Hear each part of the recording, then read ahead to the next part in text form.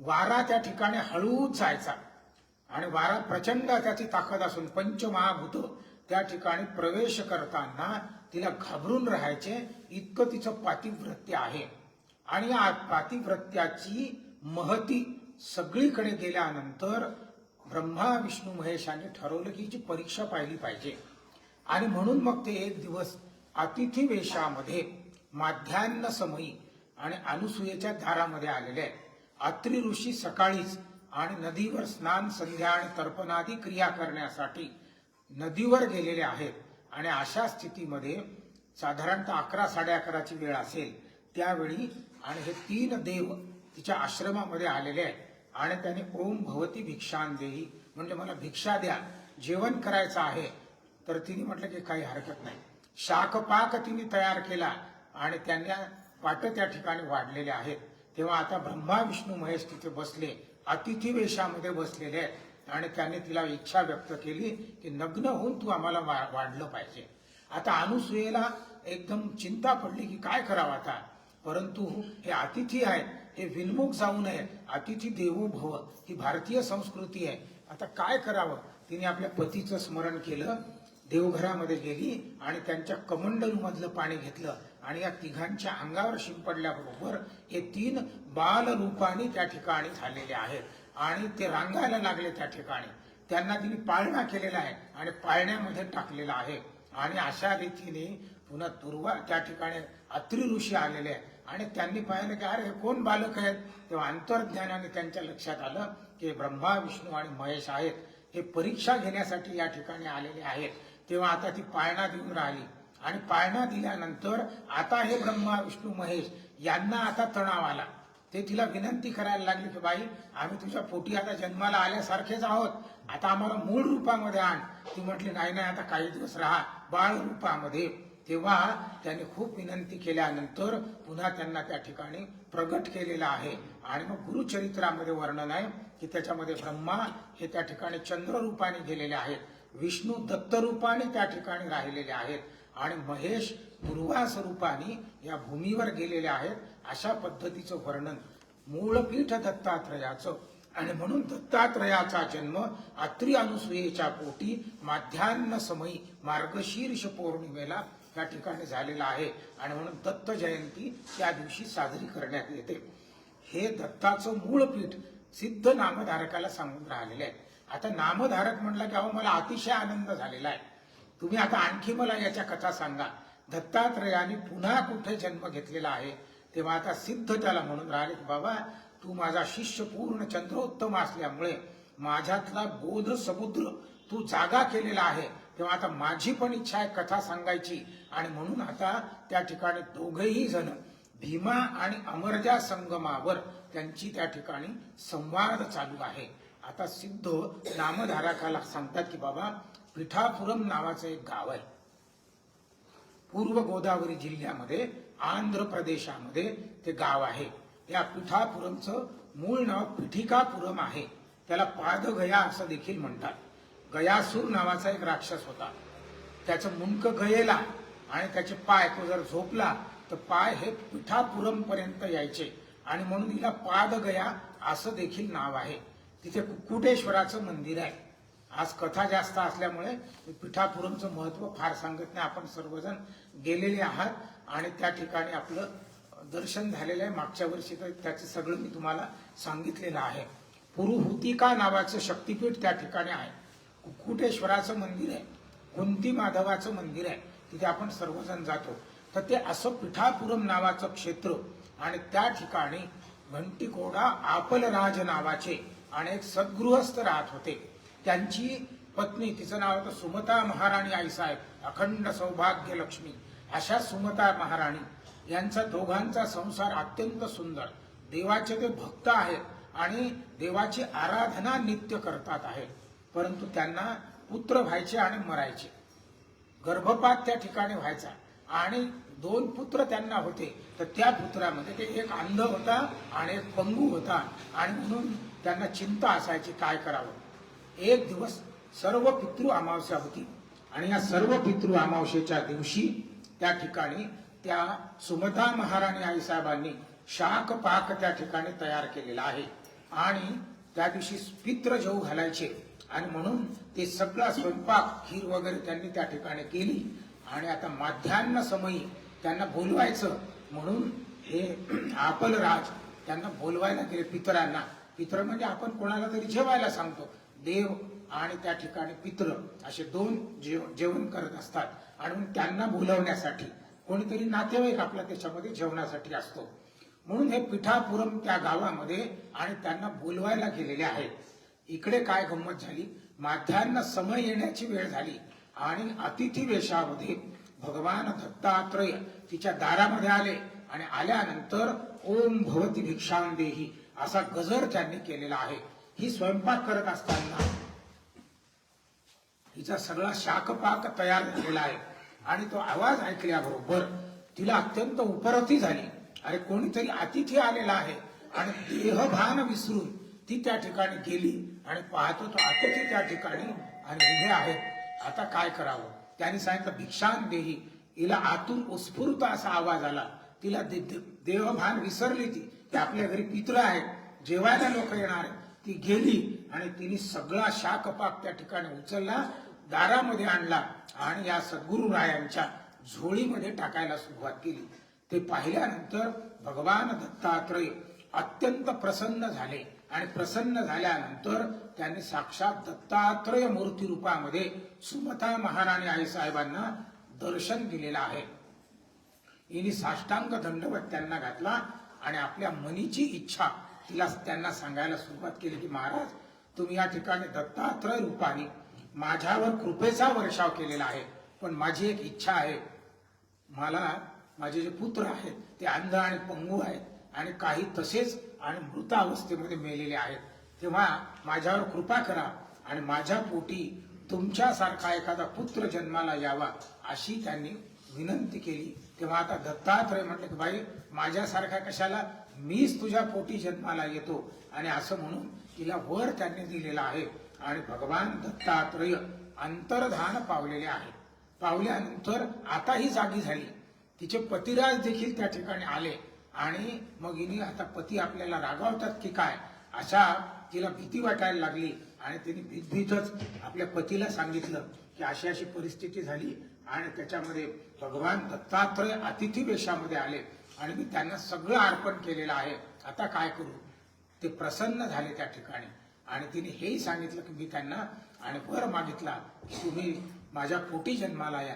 त्याने सांगितलं मी पोटी जन्माला येईल पण यतिरूपामध्येच येईल. तो सगळा वृत्तांत सांगितल्यावर दोघांनाही आनंद झाला.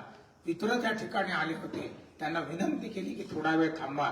आणि मग सुमता महाराणी आईसाहेबांनी अत्यंत प्रेमाने त्या पितरांना जेवू घातलं. त्या दिवशी साक्षात पितर खाली आले आणि त्या पितरांनी त्या ठिकाणी जेवण केलं. आणि त्या ठिकाणी तो सर्व पितृ अमावस्येचा जो कोणता सोपस्कार होता तो त्या ठिकाणी संपला.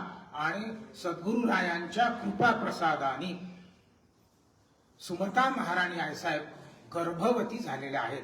आणि गर्भवती झाल्यानंतर 9 महिन्यांनी त्यांच्या पोटी एक दिव्य असा बालक जन्माला आलेला आहे. आणि तो श्रीपाद अशा दत्तात्रयाच्या कृपा प्रसादाने जन्माला आला आणि म्हणून त्याचं नाव ठेवलं श्रीपाद. तो श्रीपाद वाढून राहिलेला आहे, अत्यंत तेजस्वी बालक आहे. त्याची मौंजी बंधन झाल्याबरोबर 8व्याच वर्षी 4 वेद आणि त्याला प्राप्त झालेले आहेत आणि तो त्या ठिकाणी म्हणायला लागलेला आहे. आणि व्रतबंध झाल्यानंतर सगळे वेद त्या ठिकाणी त्याचे पाठ आहेत. दिव्य अशा पद्धतीचा तो बालक, सर्वजण त्याला नमस्कार करायला यायला लागलेले आहेत. साधारणतः हा काळ आहे 1330 म्हणू आपण. आणि तिथून 60 पर्यंत ते त्या ठिकाणी होते. आणि म्हणून 1320 ते 1350 तर 16 वर्षाचे आता श्रीपाद श्रीवल्लभ ते श्रीपाद नावाचे आणि दिव्य तेजस्वी बालक 16 वर्षाचा युवक झालेला आहे. तो 16 वर्षाचा झाल्यानंतर साहजिकच त्याच्या आईला वाटलं याचं लग्न झालं पाहिजे. आणि म्हणून ती त्याला विनंती करायला लागली, त्याला आदेश करायला लागली, त्याला सांगायला लागली की आता तुझ्यासाठी आम्ही वधू संशोधन करणार आहे. तेव्हा आता त्यांनी आठवण करून दिली की बाई मी तुला सांगितलं होतं, मी अतिथी वेशामध्ये आलो होतो आणि ती आठवण करून दिली. ज्यावेळेस तू मला वर मागितला तर मी तुझ्या पोटी जन्माला हे सांगितलं होतं, पण ते सांगत असतानाच मी हेही सांगितलं होतं की मी या ठिकाणी यतिरूपामध्ये राहणार आहे, मी लग्न करणार नाही. आणि तू होकार दिला होता तो शब्द तू पाळला पाहिजे. आणि मग तिला ते सगळं आठवलं, ती आक्रोश करायला लागली. तेव्हा आता तिने सांगितलं की तू चिंता करू नको, हे जे तुझे अंध आणि पंगू मुलं आहेत त्यांच्या मस्तकावर मी हात ठेवल्याबरोबर ते दिव्य असा देह त्यांना प्राप्त होणार आहे आणि त्याच्यानंतर तुला अजून पुत्र प्राप्त होतील. आणि म्हणून त्यांच्या त्या अंध आणि पंगू या दोघांच्या आणि मस्तकावर हात ठेवल्याबरोबर हे असो दिठी जयावरी झळके की हा पद्म करू माथा पारुखे तो जीवची जणू तुके महेशेसी. आणि त्यांना दिव्य देह धारण झालेला आहे. आता त्यांनी आपल्या आईला नमस्कार केला आणि श्रीपाद श्रीवल्लभ त्यांनी आता पर्यटनाला सुरुवात केलेली आहे. आणि पर्यटनाला सुरुवात करताना त्यांना जे 3 मुलं झालेले आहेत त्या आपल्या आईला त्याची नावं देखील याच्यामध्ये आहेत. श्रीधर, श्री रामराज, श्री विद्याधरी आणि राधा आणि सुरेखा इतके पुत्र त्यांना त्या ठिकाणी प्राप्त झालेले आहेत. आता भगवान काशी क्षेत्रामध्ये आलेले श्रीपाद श्री वल्लभ त्यांना संन्यास त्या ठिकाणी मिळाला आहे आणि मग नाव त्यांचं ठेवलं गेलं श्रीपाद श्री वल्लभ. आणि श्रीपाद श्री वल्लभाचा अवतार त्यांनी काशी क्षेत्रातून बद्रिकाश्रमामध्ये ते त्या ठिकाणी आलेले आहेत आणि तिथून ते आता गोकर्णाला गेलेले आहेत. आता गोकर्णाला त्या ठिकाणी राहत असताना सिद्ध आणि नामधारकाचा हा संवाद त्या ठिकाणी सुरू आहे. नामधारक सिद्धांना म्हटले की का हो श्रीपाद श्री वल्लभ हे गोकर्ण महाबळेश्वरला का गेले बरं, तिथली काय कथा आहे का? त्याने सांगितलं बाबा आहे, अत्यंत प्रासादिक अशा पद्धतीचं हे गोकर्ण महाबळेश्वर आहे. कशी उत्पत्ती झाली याची त्यांनी सांगितलंय. पुलत्स नावाचे ऋषी होती, त्यांची पत्नी होती कैकया आणि हिचा जो पुत्र आहे त्याचं नाव होतं दशानन रावण. हा रावण तिचा पुत्र आहे आणि तो रावण महाबलाढ्य आहे. सगळ्या देवांवर त्याने विजय केलेला आहे. त्याच्या सिंहासनावर नवग्रहांच्या पायऱ्या आहेत, इतका बलाढ्य आहे. आणि त्याची आई रोज मृत्तिका लिंग म्हणजे मातीचं लिंग करायची आणि त्या ठिकाणी त्याची पूजा करायची. एक दिवस रावण जात असताना त्यांनी पाहिलं आपली आई कशाची तरी पूजा करते आणि पाहते तर मातीच्या लिंगाची ती पूजा करून राहिली. त्यांनी सांगितलं आई हे काय करून राहिली? म्हणजे मृत्तिका लिंग आहे, कशासाठी करायची पूजा? ती म्हणे याने कैलास पद प्राप्त होते. रावण म्हटला तू माझी आई आहे, मी बलाढ्य आहे आणि तू कैलास पद प्राप्त करण्यासाठी रोज कष्ट करते, तर कैलासच मी तुला आणून देतो, कशाला पूजा करते? आणि म्हणून भगवंत जिथे राहतात महेश्वर त्या ठिकाणी रावण गेला आणि त्या हिमालयाला त्या कैलास पर्वताला गदा गदा हलवून राहिलेला आहे. कैलासावरची सगळी मंडळी जे कैलास लोक आहेत ते सगळे घाबरायला लागलेले आहेत. तेव्हा पार्वतीने भगवान शंकराला विचारलं अहो काय चालू आहे, सगळा पर्वत हलून राहिलेला आहे. त्याने सांगितलं भाई माझा एक भक्त आहे त्याचं नाव आहे रावण आणि तो रावण खेळून राहिलेला आहे. ते म्हणलं त्याचं झालं खेळणं, पण आपले सगळेजण घाबरलेले आहेत. तेव्हा आता भगवान महेश्वराने आपल्या डाव्या हाताने त्याला असं दाबलं त्याचं तोंड आणि तोंड दाबल्याबरोबर रावण त्या ठिकाणी कच्च बसलेला आहे. काय करावं आणि म्हणून जीव त्याचा गुदमरून राहिलेला आहे. त्याने भगवान शंकराची आराधना सुरू केलेली आहे. एक एक शिर तो कापायला लागलेला आहे आणि अत्यंत सुंदर असे स्तोत्र त्याच्या तोंडून निघालेले आहे.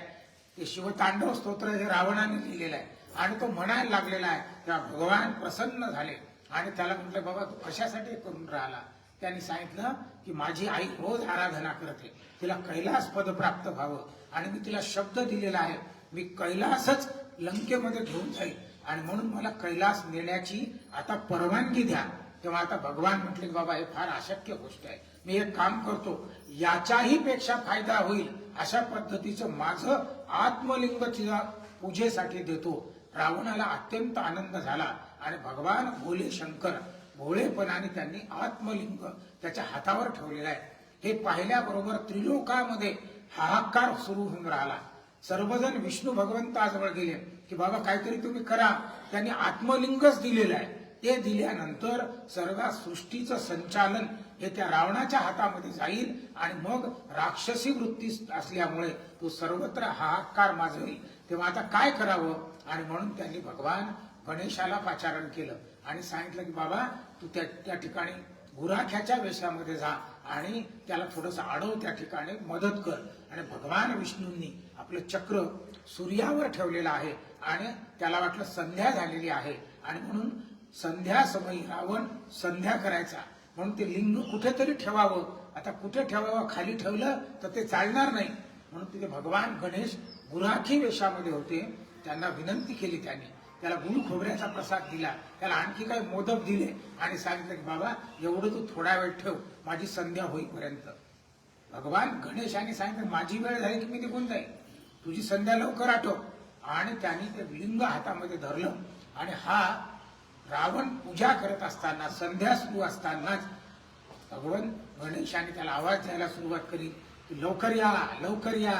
आणि याची संध्या सुरू असल्यामुळे त्यांनी ते लिंग खाली ठेवलं आणि रावण आता उठून पाहतो तो लिंग ठेवलेला आहे आणि हा गुराखी त्या ठिकाणी गुप्त झालेला आहे, काय करावं. आणि म्हणून त्यांनी काय केलं की ते लिंग काढायला सुरुवात केली, पण ते लिंग त्या ठिकाणी स्थिर झाल्यामुळे आणि याने खूप त्याला ताकद लावली आणि म्हणून महाबली रावण त्यांनी ताकद लावल्यामुळे त्या क्षेत्राचं नाव महाबळेश्वर, त्या लिंगाचं नाव. आणि त्याला गोकर्णाचा आकार झाला त्याने घाल खूप हलवल्यामुळे आणि म्हणून तेव्हापासून गोकर्ण महाबळेश्वर असं त्याचं नाव त्या ठिकाणी आहे. हे सिद्ध त्या नामधारकाला सांगून राहिले की हे सिद्ध क्षेत्र आहे आणि म्हणून त्या ठिकाणी श्रीपाद श्रीवल्लभ त्या ठिकाणी आणि मुक्कामी आहे. आणि हा सगळा प्रकार सांगत असताना सिद्ध नामधारकाला म्हटले की अहो आणखी काही कथा सांगता का. त्याने सांगितलं हो नक्की. ते वाट कृपेची करीतू, ते दिशा स्नेहेची भरितू आणि जीवातळी अंथरितू आपुला जीव, असं ज्या सद्गुरुरायांचं वर्णन करतात. सिद्ध नामधारकाला सांगून राहिले की बाबा आता सद्गुरुराय महाबळेश्वरावरून कुरवपूर नावाचं कर्नाटकातलं क्षेत्र आहे, त्या ठिकाणी ते आलेलं आहे. सुंदर असं कृष्णेचं पात्र आहे, नैसर्गिक त्या ठिकाणी ती जी नदी आहे ती अशी चिरलेली आहे, बेट त्या ठिकाणी आहे. आजही तिथे जायचं असेल तर नावेने जावं लागते. असं एक सुंदर असं क्षेत्र आहे, प्रासादिक क्षेत्र आहे. आणि त्या ठिकाणी हा जो आपला दिगंबरा मंत्र आहे तो त्या ठिकाणी सुचलेला आहे. वासुदेवानंद सरस्वती त्या ठिकाणी असताना त्यांना तो मंत्र कानामध्ये आलेला आहे. आणि म्हणून वेद मंत्र जसे अपौरुषेय आहे तसा दिगंबरा हा मंत्र देखील अपौरुषेय आहे. त्याला प्रगट कोणी केलं, वासुदेवानंद सरस्वती यांनी त्याला प्रगट केलं म्हणून तो सिद्ध मंत्र आहे. दिगंबरा श्रीपाद वल्लभ दिगंबरा हा सुंदर प्रासादिक मंत्र सिद्ध मंत्र आहे. हा केवळ म्हणण्याने, त्याच्या नुसत्या नामस्मरणाने सर्व संकटाचं हरण होतंय. कारण सद्गुरु राय साक्षात त्या मंत्र रूपाने तिथे येतात. तो जो मंत्र आहे तो श्रीपाद श्रीवल्लभांचा मंत्र आहे. ते कुरवपूर नावाचं क्षेत्र आणि भगवान श्रीपाद श्रीवल्लभ त्या ठिकाणी आता राहून राहिलेले आहेत. इथे का आले भगवान, तर त्यांनी सांगितलं बाबा पुढील अवताराचं प्रयोजन तिथे आहे. सिद्ध नामधारकाला सांगून राहिले. काय झालं की भगवान त्या कृष्णेच्या काठावर रोज आराधना करायचे, तिथे जायचं, आराधना करायची, साधना करायची. लोक त्या ठिकाणी त्यांच्या सेवेला यायचे, मग ते गावामध्ये जायचे. अशा पद्धतीचं रोज नित्य वातावरण सुरू असताना त्या कुरवपुरामध्ये एक अंबिका नावाची स्त्री होती. तिला एक पुत्र होता. त्याचे वडील अत्यंत वेदशास्त्र संपन्न होते, विद्वान अशा पद्धतीचे गृहस्थ होते. पण हा मात्र मंद बुद्धी होता, मतिमंद आणि गतिमंद अशा पद्धतीचं त्याचं स्वरूप. त्याचे वडील त्याच्यावर खूप संस्कार करायचा प्रयत्न करायचे, परंतु त्याच्यावर कुठलाही संस्कार व्हायचा नाही. तो अत्यंत बद्ध अशा पद्धतीचा असा त्यांचा पुत्र. लोक त्याला चिडवायचे, अरे तुझे वडील किती विद्वान आहे आणि तू किती मंद बुद्धी आहे. त्याला त्या ठिकाणी अत्यंत वेदना त्याच्या आईला व्हायच्या, त्या अंबिकेला. पण काय करावं काही समजेना. एक दिवस त्याचे वडील वारले आणि आता ही आई आणि पुत्र हे दोघच त्या गावामध्ये आहेत. सर्वजण त्याला चिडवायचे. हा मोठा झाला खरं म्हणजे, परंतु त्याचं लग्न होईना, त्याला सर्वजण चिडवायचे. तेव्हा आता या आईला अंबिकेला असं वाटलं की आपण देह समर्पण केला पाहिजे, या ठिकाणी आपल्या जगण्याला काही अर्थ नाही. आणि त्या पुत्राला देखील वाटलं की काय मी सगळे प्रयत्न करतो परंतु माझी बुद्धी मंद आहे.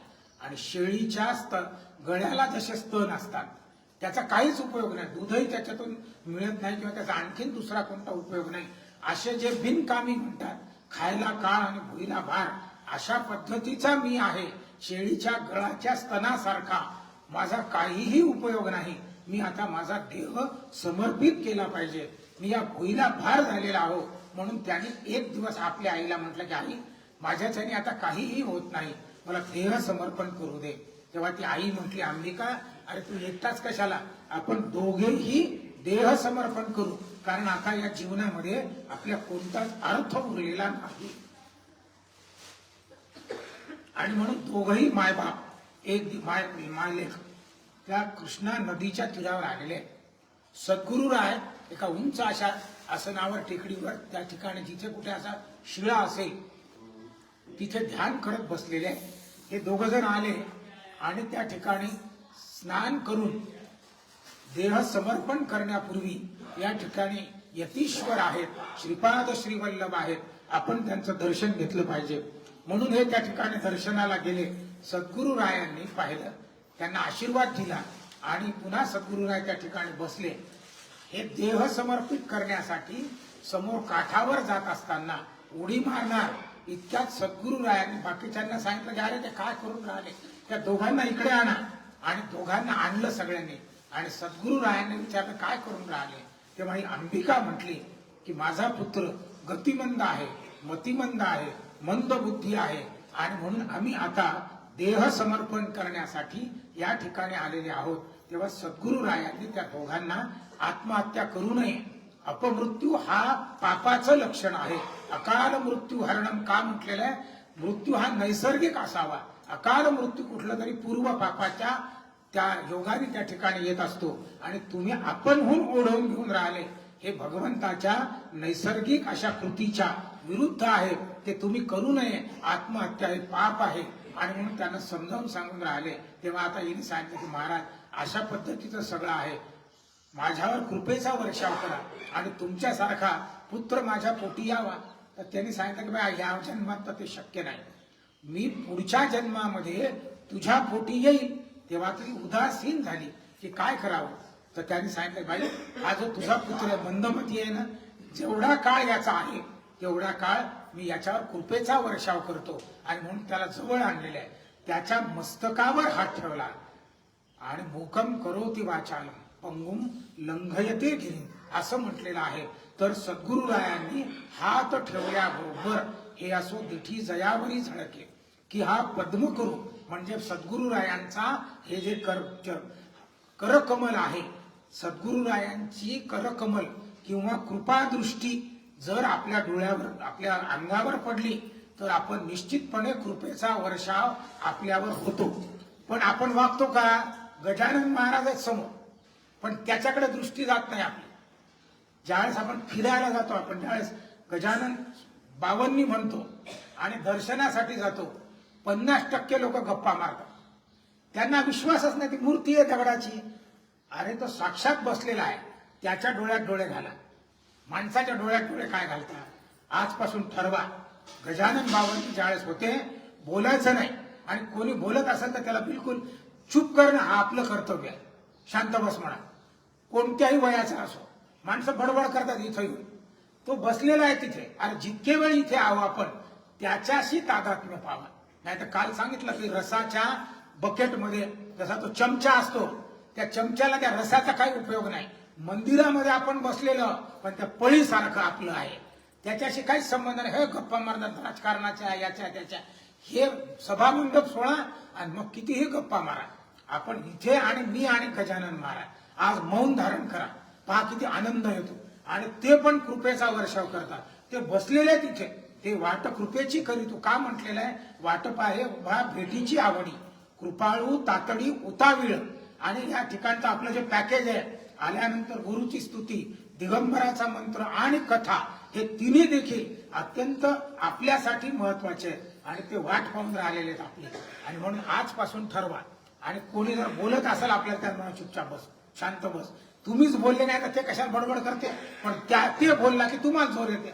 तर या ठिकाणी त्यांनी सांगितलं की बाबा सद्गुरुरायांची कृपा जर झाली तर तो कसा होतो, त्याच्यावर मस्तकावर हात ठेवल्याबरोबर तो तिचा पुत्र जो आहे त्याला दिव्य देह धारण झाला आणि तो त्रिवेदी झाला, 3 वेद त्या ठिकाणी म्हणायला लागला. आणि या अंबिकेला त्याने वर दिलेला आहे की भाई पुढच्या जन्मी म्हणजे पुढील अवताराचं प्रयोजन कुरवपुरामध्ये आधीच झालेलं आहे. श्रीपाद श्रीवल्लभ पुढच्या अवतारामध्ये कोण होणार ते या ठिकाणी आणि त्याचं प्रयोजन झालेलं आहे. सद्गुरुराय त्या ठिकाणी आता राहिलेले आहेत आणि ते राहत असताना अनेक अशा पद्धतीच्या कथा त्या ठिकाणी झालेल्या आहेत. काय झालं, आणखी एक कथा सिद्ध नामधारकाला सांगून राहिले की का हो आणखी काही कथा झाल्या का, पुढील जन्मामध्ये आणखी काही आहे का. त्यांनी सांगितलं आहे, पुढील अवताराचं तर प्रयोजन झालेलंच आहे, पण आणखीन पुढील अवतारामध्ये कोणावर कृपा प्रसाद करायचा याचं देखील प्रयोजन याच ठिकाणी झालेलं आहे. एक रजक नावाचा आहे, धोबी ज्याला म्हणतात, तो रोज कपडे धुवायचा आणि कपडे धुण्यासाठी तो आणि त्या कृष्णा नदीच्या तीरावर यायचा.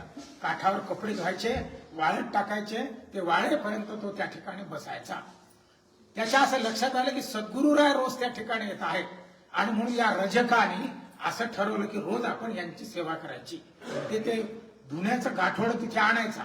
आल्यानंतर सद्गुरुराय येण्यापूर्वी तो जायचा, सगळं त्यांची जी शिळा जिथे ते बसायचे ती स्वच्छ करायचा, झाडून काढायचा, सडा संमार्जन तिथे करायचा, तिथे जे कोणते रानफुलं असतील ते त्या ठिकाणी टाकायचा आणि ती जागा सजवून तो पुन्हा त्या ठिकाणी आणि आपले कपडे धुत बसायचा. वाळत टाकल्यानंतर पुन्हा सद्गुरुरायांना दर्शनासाठी यायचा. असा त्याचा नित्यक्रम चालू आहे. सद्गुरुराय देखील त्याच्यावर कृपेचा वर्षाव करून राहिलेला आहे. संपर्काने देखील त्या ठिकाणी परिसस्पर्श ज्याला म्हणतात, परिसाचा स्पर्श सुवर्ण याला लोखंडाला झालं तर ते सुवर्ण होते. सद्गुरुराय हे देखील अशा पद्धतीचे सुवर्ण परिस आहेत आणि म्हणून हा रोज जायचा, त्याच्यावर कृपेचा वर्षाव व्हायचा. अत्यंत आनंद. कृपेचा वर्षाव म्हणजे काय, आपल्याला काही एकदम हे होत नाही.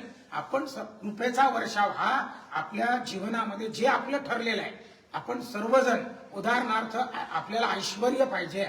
ऐश्वर्य कशा पद्धतीचं आपल्या सगळ्यांजवळ आता समजा जीवनात आपल्याला 100 रुपये मिळणार असतील, सद्गुरूची कृपा नसेल तर आपल्याला सध्या 10च रुपये. कृपा झाली की सद्गुरुराय काय करतात, तुम्हाला 100 नेऊन ठेवतात, 110 देत नाही.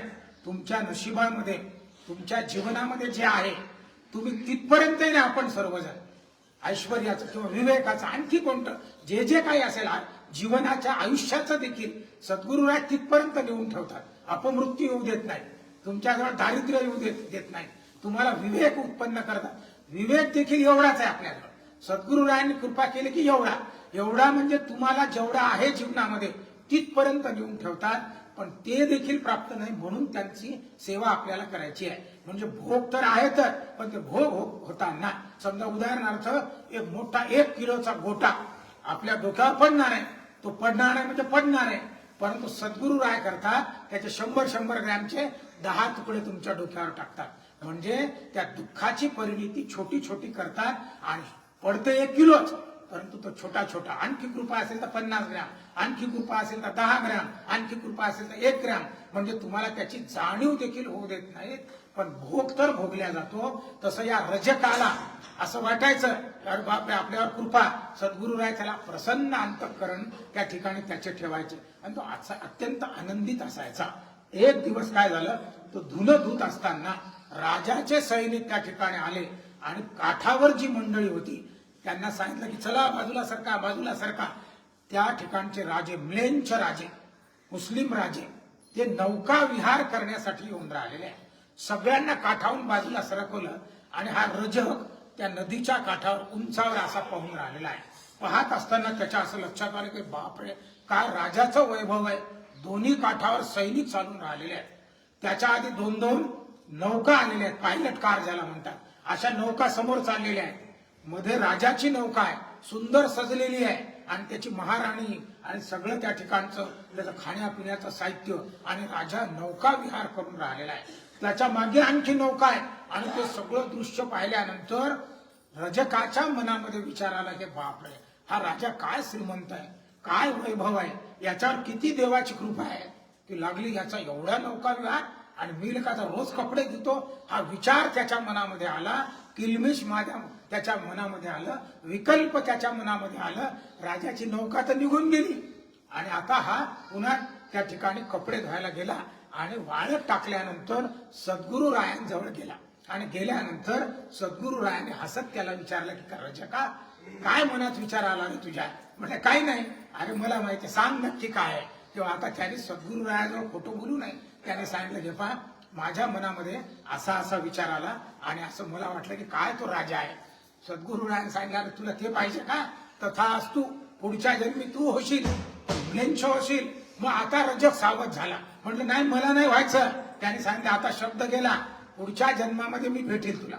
आता तुला वाटते ना तुझ्यावर कृपा करण्यासाठी मी पुढच्या जन्मामध्ये देखील येईल. या रजकाची कथा पुढे आपल्याला सगळ्यात शेवटच्या दिवशी ऐकायला मिळणार आहे. तर या रजकाच्या मनामध्ये असा त्या ठिकाणी किंतु परंतु आल्याबरोबर सद्गुरुरायांनी त्याला पुढच्या जन्माचं देखील प्रयोजन केलेलं आहे. गुरुरायाचा कृपा, गुरुकृपा निर्मळ भागीरथी, वरी दया यमुना सरस्वती, ऐसे पद एकत्र जेथे होती, स्वानुभवी गुप्त हे तृप्त स्थिती. अशी तृप्त स्थिती भगवान आणि सद्गुरुराय आपल्या सगळ्यांना देतात. आता सद्गुरुराय म्हटले की बाबा माझा आता निर्वाणाची वेळ, मला गुप्त होण्याची वेळ आलेली आहे. आणि सद्गुरुराय त्या ठिकाणी त्यांनी सांगितलं की आता मी त्या ठिकाणी आता जाणार आहे. तेव्हा सर्वजण दुःख करायला लागले. त्यांनी सांगितलं मी गुप्त रूपाने राहणार आहे. अनेक लोक या ठिकाणी येतात माझ्यावर आणि त्या ठिकाणी साधना करतात आणि म्हणून मला आता गुप्त रूपाने राहणं जरुरी आहे. आणि मग सद्गुरुराय कुरवपुरामध्ये आजही अक्षय निवास आहे, परंतु गुप्त रूपाने आहे. सिद्ध नामधारकाचा हा संवाद त्या ठिकाणी चालू आहे. तेव्हा आता नामधारक म्हणला की का गुप्त म्हणता, खरंच गुप्त आहेत का तिथे? कधी प्रगट झाली की नाही ते? तेव्हा आता सिद्ध म्हणलं अरे बाबा तू मला आणखीन आठवून घेऊन राहिलेला आहे आणि मला अत्यंत आनंद झालेला आहे. मी तुला सद्गुरुराय प्रगट होतात की नाही? चिरंजीव आहे, 7 चिरंजीव आहे. अश्वत्थामा बलिर्व्यासो हनुमंश विभीषणा कृप परशुरामश्च सप्तैते चिरजीविना. अश्वत्थामा नावाचे गृहस्थ आपल्याला माहिती आहे, द्रोणाचार्याचे पुत्र, हे चिरंजीव आहे. बलिराजा चिरंजीव आहे, व्यासमुनी चिरंजीव आहे. अश्वत्थामा बलिर्व्यासो, हनुमान चिरंजीव आहे, कृपाचार्य चिरंजीव आहे, परशुराम चिरंजीव आहे. असे हे 7 चिरंजीव आणि विभीषण हे 7 चिरंजीव आहेत. आणि मग हे 7 जण आत्ताही आहेत. हनुमंतराय दर्शन देतात, अश्वत्थामा दर्शन देतो, आपल्या सगळ्यांना माहिती आहे. व्यासमुनी, कृपाचार्य हे सगळे हे सिद्ध नामधारकाला सांगून राहिले तू असं समजू नको. तसे सद्गुरुराय देखील चिरंजीव आहे, 7 चिरंजीव तसे आहेत. तसे श्रीपाद श्रीवल्लभ हे चिरंजीव आहेत आणि ते त्या ठिकाणी अक्षय रूपाने राहतात. म्हणले का हो कधी दर्शन दिलं का एखाद्याला? आता ती कथा सिद्ध नामधारकाला सांगून राहिले. कुंदकृती नावाचं गाव आहे. राष्ट्रीय स्वयंसेवक संघाचे आद्य सरसंघचालक डॉक्टर हेडगेवार त्यांचं हे नाव आहे, त्यांचं ते गाव आहे कुंदकृती. आताही तिथे त्या ठिकाणी त्यांचं स्मारक वगैरे तसं आहे. आता हा जो वल्लभेश नाव आहे, एक वल्लभेश नावाचा भक्त आहे, त्याची ही कथा आहे. त्याचं आडनाव आहे हेडगेवार. हे वल्लभेश हेडगेवार कुंदकृती नावाच्या गावामध्ये आहे. हे डॉक्टरांचे पूर्वज. आता हा कमाई करायचा आणि कमाई केल्यानंतर त्या ठिकाणी तो दरवर्षी संतर्पण करण्यासाठी आणि कुरवपुराला तो जायचा. आता एक दिवस याने काय केलं की सगळं आपलं गाडी बिडी भरली, त्याला जो नफा प्राप्त झाला त्याच्यातला जे काय त्याचं ठरलेलं असेल ते त्याने गाडीमध्ये भरलं आणि तो आता कुरवपुराकडे जाण्यासाठी निघालेला आहे. आणि गाडी बैल भरत असताना त्या ठिकाणी काही चोर आलेले आणि या चोरांना वाटलं याला लुटलं पाहिजे आपण. मग आता हा चालला गाडी भरून चालल्यानंतर त्या चोरांनी याला विनंती केली का कुठं चालले? म्हटलं तिथं माझं संतर्पण आहे, त्या ठिकाणी चाललेलं आहे. तेव्हा हे चोर म्हटले की आम्ही येतो तुमच्या सोबत. ते म्हटले चला काही हरकत नाही. शुद्ध त्या ठिकाणी त्याचा अंतःकरण असल्यामुळे हे सगळेजण त्याच्या सोबत चालले. आणि मग रात्री ज्या ठिकाणी मुक्काम आहे त्या ठिकाणी त्यांनी आणि त्या चोरांनी याला शिरच्छेद केला, म्हणजे मारून टाकलं आणि ते सगळं सामान घ्यायला लागलेले. तिथे आता नृसिंह सरस्वती त्रिशूलधारी भस्मांकित अशा वेशामध्ये आले आणि त्या चोरांना त्यांनी आणि मारून टाकलेला आहे. त्याच्यातला एक चोर धावत आला, म्हटलं मग त्याला मारायची इच्छा माझी नव्हती, मी फक्त सोबत आलो यांच्या, मारणं यांनी केलेलं आहे, तेव्हा आता भगवान त्यांनी सांगितलं की एक विभूती त्याच्या हातामध्ये दिली त्या चोराच्या, आणि सांगितलं त्या वल्लभेशाच्या अंगावर शिंपड, आणि शिंपडल्याबरोबर त्या ठिकाणी वल्लभेश जिवंत झालेले आहेत, अशी कथा सिद्ध नामधारकाला सांगून राहिले. आणि म्हणून भगवान श्रीपाद श्रीवल्लभ अक्षय वेशामध्ये त्या ठिकाणी राहतात, असं ते त्या ठिकाणी सांगून राहिलेले आहे. पुरपूर हे अक्षय निवासस्थान आहे. सिद्ध आणि नामधारकाचा हा संवाद त्या ठिकाणी सुरू आहे. तेव्हा आता नामधारक म्हटले की का दोनदा तुम्ही तीनदा सांगून राहिले.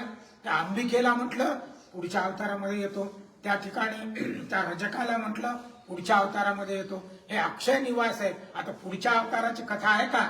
सिद्ध नामधारकाला म्हटले की बाबा ती कथा अत्यंत सुंदर आहे, तीच तर श्रीपाद श्रीवल्लभाची कथा आहे. आणि आता सिद्ध नामधारकाला ती कथा त्या ठिकाणी सांगायला सुरुवात करून राहिलेली आहे. कारंजा नावाचं क्षेत्र आहे आणि आपल्या 67 किलोमीटर येतो. पण कारंजा क्षेत्र बोलावणं आल्याशिवाय नाही. इथे एखादा तरी सापडेल कारंजात गुरु मंदिरात गेलाच नाही असेल एखादा, कारण त्याला त्या ठिकाणी बोलावणं आलं नाही. आपण कारंजात जातो आणि बऱ्याच वेळा अशी परिस्थिती येते की आपल्याला परत यावं लागते, कारण त्याची इच्छा नाही. म्या बोलविल्या वेदू बोले, म्या चालविल्या सूर्य चाले, म्या हलविल्या प्राण आले, तो जगाते चालवी. आपल्या इथं नारायण बाबा आहे. नारायण बाबामध्ये बोलावणं आल्याशिवाय नाही. एखादा तरी सापडेल इथं. नारायण बाबा आतापर्यंत गेलाच नाही. तो बोलावलं तरच त्या ठिकाणी जाणं येते, नाहीतर आपण जाऊ शकत नाही. त्यात आज ठरवा मला जायचं, आणि त्याची जर इच्छा नसेल तर तुम्हाला तो येऊच देत नाही. काहीतरी अडचण चाललं जाते. काही क्षेत्र असे असतात. तसं कारंजा नावाचं क्षेत्र आहे. साक्षात सद्गुरूंचा जन्म, नृसिंह सरस्वतींचं ते जन्मस्थान आहे, परंतु बोलावणं आल्याशिवाय नाही. आणि म्हणून त्या कारंजा क्षेत्रामध्ये ही जी अंबिका आहे तिने आता जन्म घेतलेला आहे. लहान बालक, तिचं नाव तिच्या आईने ठेवलं अंबा भवानी, म्हणजे अंबा. आणि त्याच गावामध्ये एक माधव नावाचे आणि गृहस्थ तेही जन्माला आलेले होते. ही अंबा अशी मोठी होत असतानाच तिचा विवाह त्या ठिकाणी करावा म्हणून कोणाशी करावा, तर त्या कारंजा क्षेत्रामध्येच माधव नावाचे सद्गृहस्थ आहेत. या अंबाचा विवाह, अंबा भवानीचा, त्यांच्याशी झालेला आहे. आणि ते दोघ जण संसार करत असताना श्रीपाद श्रीवल्लभानी त्या अंबिकेला त्या ठिकाणी प्रदोष व्रत सांगितलं होतं. त्या पूर्वजन्माच्या योगाने ही अंबा आता त्या ठिकाणी कोणी सांगितलं नव्हतं तिला, पण उपरतीने त्या ठिकाणी प्रदोष व्रत करत होती. आणि त्या प्रदोष व्रताच्या प्रभावाने अंबा आणि माधव यांच्या पोटी एक सुंदर बालक जन्माला आला. आणि बालक जन्माला आल्यानंतर आपले लेकरं क्या क्या करून बोंबलतात फक्त, आणि ते त्या आवाज ऐकला की आपल्याला आनंद होते. हिच्या पोटी जन्माला आलेला बालक हा रडत नव्हता, ओंकार ध्वनी त्याच्यातून येऊन राहिला. ओम ओम ओम, अकार चरण युगुल, उकार उदर विशाल, मकार महामंडल, मस्तकाकारे, हे तिन्ही एकवटले, तेथ शब्द ब्रह्म कवळले. ओंकार हा शब्द ब्रह्म आहे, आदि बीज आहे. जेव्हा सृष्टीची उत्पत्ती झाली, घोंग घोंग घोंग घोंग आवाज जेव्हा सुरू झाला, त्या आवाजामध्ये ओंकार ध्वनी आहे. आताही सूर्याचे काही ते ध्वनी पकडले, त्याच्यातून ओंकार ध्वनीच आहे, म्हणून ते आदिबीज आहे. ते आदिबीज यांच्या मुखातून येऊन राहिलेलं आहे. आश्चर्य व्यक्त होऊन राहिले सगळ्यांना वाटलं अरे बापरे किती दिव्य बालक आहे, रडत नाहीये, त्या करत नाही, ओंकार म्हणजे ओम ओम म्हणून राहिलेला आहे. लोक दर्शनाला येऊन राहिलेला आहे. परंतु आईला एकटं असं नुसतं नसते चालत, तिला बोबडे बोल ऐकावेसे वाटतात. तो ओंकार ध्वनी ऐकून लोक दर्शनाला यायचे, पण हिच्या आईला आस झाली की बोबडे बोल याचे आले पाहिजे.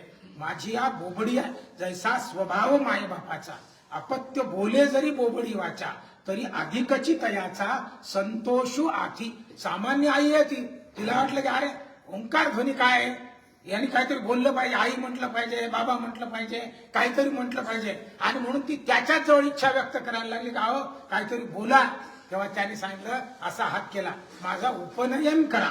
उपनयन संस्कार करण्यासाठी केल्याबरोबर तो 7 वर्षाचा बालक, त्याचं उपनयन केल्याबरोबर तो बालक दिव्य वाणीने त्या ठिकाणी उपजताच ज्ञानी, हे वर्म जाणवणी ते उपजता ज्ञानी होते. त्याचे चक्र फिरायला लागले आणि 4 वेद त्या ठिकाणी तो म्हणायला लागलेला आहे.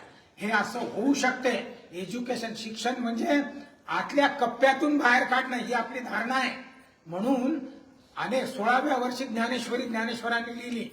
इतकी सुंदर ज्ञानेश्वरी आहे, लोक म्हातारे होऊन मरतात, पण ज्ञानेश्वरीचा पूर्ण अभ्यास होऊ शकत नाही.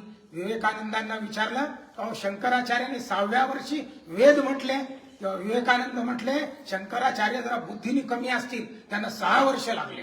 म्हणजे सांगा 6व्या वर्षी 4 वेद म्हणूनही आपलं तत्वज्ञान सांगते, तरी बुद्धीने कमी.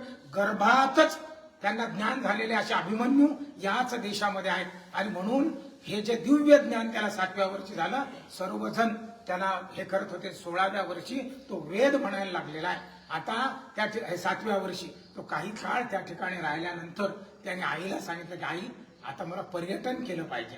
तेव्हा तिने सांगितलं, बाबा पर्यटन कशाला, संसार दुःख मूळ, चोहीकडे इंगण, विश्रांती नाही कोठे, रात्रंदिवस तळमळ. हे सगळं माहीत असूनही आपल्याला त्याच्यात घुसावंच लागते. आणि म्हणून ती म्हणलं, नाही तुला लग्न करावं लागेल, संसार करावा लागेल. तेव्हा तो म्हटला की आई तसं नाही म्हणा, तुला मी सांगतो. आईच्या मस्तकावर हात ठेवल्याबरोबर पूर्वजन्म तिला आठवायला लागलेला आहे. आणि त्या पूर्वजन्मामध्ये ती जी अंबिका आहे, तिला सांगितलं होतं मी तुझ्या पोटी जन्माला येणार, पण तो यतीश्वर असल्यामुळे मी यतिरूपामध्ये राहणार आहे. मी लग्न जरी केलं समजा तुझ्या इच्छेने, तरी देखील मी संसार करणार नाही. मग एखाद्या मुलीचं नुकसान कशाला करायचं, आणि म्हणून मला जाऊ दे. तर ती म्हणणे नाही. मग आमचं कसं काय होईल. त्याने वर दिला की तुम्हाला 2 पुत्र होतील. म्हणजे 2 पुत्र होईपर्यंत तू या ठिकाणी राहिलं पाहिजे. त्याने सांगितलं, आई काही हरकत नाही. आता सद्गुरू राय त्या ठिकाणी त्यांनी घर सोडलेलं आहे. आणि घर सोडून कारंजा क्षेत्रामध्ये बाहेर त्या ठिकाणी ते राहून राहिले. आणि राहत असताना इकडे त्यांची आई गर्भवती झालेली आहे. आणि 9 महिन्यानंतर तिला जुळं प्राप्त झालेलं आहे. आई म्हटली, अरे 2 पुत्र, एकाच वेळी 2 पुत्र झाले. त्यांना दिव्य अशा पद्धतीचा आणि आशीर्वाद यांनी दिलेला आहे. आणि सद्गुरू राय त्यांनी सांगितलं की आई मला आता जाऊ दे. आणि मग गेल्यानंतर सद्गुरू राय आता काशी क्षेत्रामध्ये आलेले आहे. आता काशी क्षेत्रामध्ये आल्यानंतर त्या ठिकाणी आपल्या सगळ्यांना दरवर्षी कथा माहिती आहे. थोडंसं वेळेचंही बंधन आहे, 5 मिनिट दिसतात महाराज म्हणतील. तर काशी क्षेत्रामध्ये आले. याचं दिव्य ज्ञान पहिलेच आहे. ते काशीचे विद्वान पाहून राहिलेले आहेत. अरे कोणीतरी यतीश्वर आलेला आहे आणि तो सुंदर अशा पद्धतीचे 4 वेदाचं ज्ञान त्याला आहे. आणि त्याचं प्रचंड असं ज्ञान पाहिल्यानंतर सगळे त्या ठिकाणचे वेदशास्त्र संपन्न अशा पद्धतीचे विद्वान यांच्या दर्शनासाठी येऊन राहिलेले आहेत. परंतु जो आचार आहे तो तर पाळलाच पाहिजे, जो संस्कार आहे तो झालाच पाहिजे. म्हणून सगळ्यांनी त्यांना विचारलं की महाराज तुम्ही संन्यास घेतला का हो. यांनी सांगितलं की नाही, मला संन्यास दिला पाहिजे कोणीतरी. पण आता सर्वजण म्हटले की आमचा काही अधिकार नाही. तुमचा अधिकार एवढा आहे तर तुम्ही नर नोहे नारायण, तुम्ही नरसिंह आहात. त्याच्यामुळे तुम्ही त्यांचं नाव नरहरी ठेवलं होतं त्यांच्या आईने कारंजामध्ये. आताही ते नरहरी रूपाने काशी क्षेत्रामध्ये आहे. आता प्रत्येक जण म्हणत नाही बाबा आमचा अधिकार नाही, आमचा अधिकार नाही. तेव्हा आता सगळे त्या ठिकाणचे विद्वान गृहस्थ बसले आणि कोणीतरी त्यांना आणि अनुग्रह दिला पाहिजे. कोणी द्यावा तर त्या सगळ्यांमध्ये वयोवृद्ध असे कृष्ण सरस्वती त्यांचं नाव आहे, ते त्या ठिकाणी होते. आणि त्यांना सगळ्यांनी विनंती केली की तुम्ही यांना संन्यास दीक्षा द्या. ते म्हणले नाही बापा, हे साक्षात परब्रह्म आहे, परब्रह्म परमात्मा आहे, त्याला मी कोण देणार. पण आता दिलाच पाहिजे, हा आचार आहे आपला आणि हा धर्म आहे. आणि म्हणून तुम्ही त्या ठिकाणी दीक्षा द्या अशी विनंती सगळ्यांनी केल्यावर कृष्ण सरस्वतींनी वर्णन केलं गुरुचरित्रात. ही पहिला प्रसंग आहे शिष्याने गुरुला गुरुमंत्र दिलेला आहे. असं आधी कधीच झाले नाही, पुढेही कधी होणार नसेल. परंतु गुरुचरित्रकारांनी म्हटलं की नृसिंह सरस्वतींना संन्यास दीक्षा त्यांच्या शिष्याने दिलेली आहे. ते कृष्ण सरस्वती वयाने वृद्ध असल्यामुळे त्या वृद्धत्वाचा अधिकार म्हणून यांनी त्यांना संन्यास दीक्षा दिली आणि त्या ठिकाणी त्यांचं नाव ठेवलं नृसिंह सरस्वती. नरहरीचे ते आता नृसिंह सरस्वती झालेले आहेत आणि ते नरसिंह आहेत. आणि म्हणून सद्गुरुनाथ महाराज जय, श्री गजानन महाराज जय, आनंदवडी ब्रह्मांडनायक महाराज जय, योगीनाथ ब्रह्म सच्चिदानंद भक्त प्रतिमानक श्रीरामनिवासी समर्थ श्री गजानन महाराज की जय. श्रींच्या आरतीची वेळ झाली आहे. प्रगट झाले आहेत. आणि आपण बाकीच्या कथा आता उद्या सांगणार आहोत. सद्गुरुनाथ महाराज की अवधूत चिंतन श्री गुरुदेव दत्त. समर्थ सद्गुरु श्री गजानन महाराज की, अमृतेश्वरी माता की जय.